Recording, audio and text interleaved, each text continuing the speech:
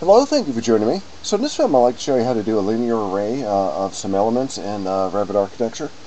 And what I'm going to show you right now is how to set up or how to make modifications to an existing array, and show you from the very beginning how to actually put in an array. Because the thought here is you probably already put in an array in, and you're getting frustrated as how to you might be able to make modifications to it to make your array a little bit easier to work with and get the results that you're really kind of looking for. So what we have here is an array of a window. We have one window here, as I call the seed, and then the array is based off of that one window. So a couple things you might want to consider when you setting up that first window, considering that you might have the window you really like. Certainly you need to have that first. But you want to be able to set up some dimensions on that. One thing you notice about an array too is that the windows kind of look a little bit different when we try to select them. With our pre-selection, when we take our cursor and rest over it, you can see witness lines outlining the window plus a little bit of area around that. That's a little bit different than just like on a regular window elsewhere, where it just shows you the window up in blue, as you can see there. So, what you want to do when you have an array set up is go ahead and click on that first window. What we want to do with the dimensions on this is we want to set up the dimensions for that first window. Now we want to have like maybe a center to center distance between the windows when we're trying to set up our array here.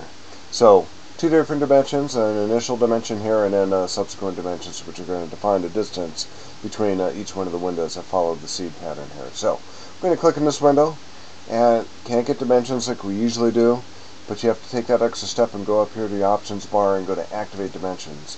What it does is it gives you this little dimension down here between what it considers to be an appropriate dimension. We could change that too if you want. But we're going to go ahead and make that permanent. Drag that dimension down a little bit, kind of get out of the way so we can see what we're doing. And we're going to change some of the parameters in this. We're going to take this control point of that dimension. I'm going to drag it to the center of the window and the control point over here, which is always the middle one, and take it off the core face and actually put it on the finished face. So we want something that's specific to the finished face of the wall. So now if we click on that window again, we'd have to go back up here to activate dimension. And it's given us these two dimensions now, the original dimension that Revit likes, and then this dimension here. So we're going to change this to, instead of 4 feet 6 inches, we're going to just make that a regular 4 feet. So that puts that seed window right in the location we're looking at. We're going to pull this up here for now. And if you want to, we can lock it. If we lock it, that means we can't change those dimensions anymore.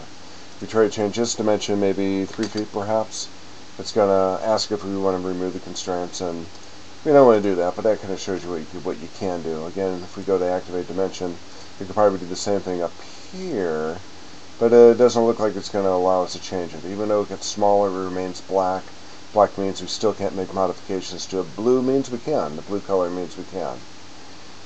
So, we're not going to change that. We like the way that looks. But we're going to go to that second window and make modifications to that. Modification to that. So now when we click on that second window, and that first window too, by the way, is another bit of modification here, is how many windows do you want? If you click on that first window, you will see this bar that goes across, and it spans across the whole array, and on top of that bar is a value. And we can change that value to 4 if we want 4 total windows, including the seed window, or we can do 6 or however many we want.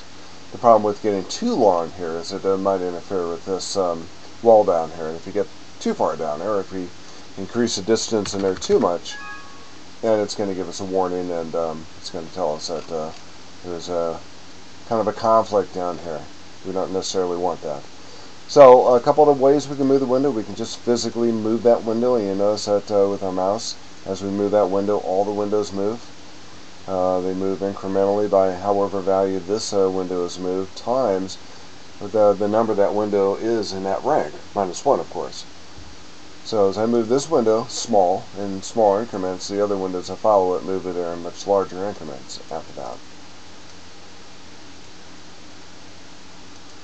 Another way of doing it is with your arrow keys on your keyboard, but a good way of doing that again is if you want this a very specific distance, is you want to activate the dimensions up here, which we'll do, and we have something that's measured down to 256 of an inch.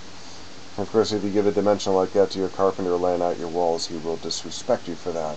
So we're going to go ahead and make a modification to that. So let's make that maybe 2 feet, if you want. Or you can click in that window, Activate dimensions again. We can make that a permanent dimension, kind of like what we did last time. If you want to do a center to center distance between the windows, which might be appropriate, we can do that too. That's 4 feet. This is 5 feet. That seems like a pretty good dimension. And again, we can go over here to activate dimensions, and it'll give us the original dimension and the new dimension. We can change either of those. But it's a permanent dimension. It's going to show up for a while. And if we want to lock that, that means we can't take our windows and move those anymore. If we try to, it's going to suggest that we move the constraints, but we don't want to do that. Kind of like the way that looks right now. So that's how you make modifications to an array. In the next film, I'll show you how to set up an array, and then we'll go from there.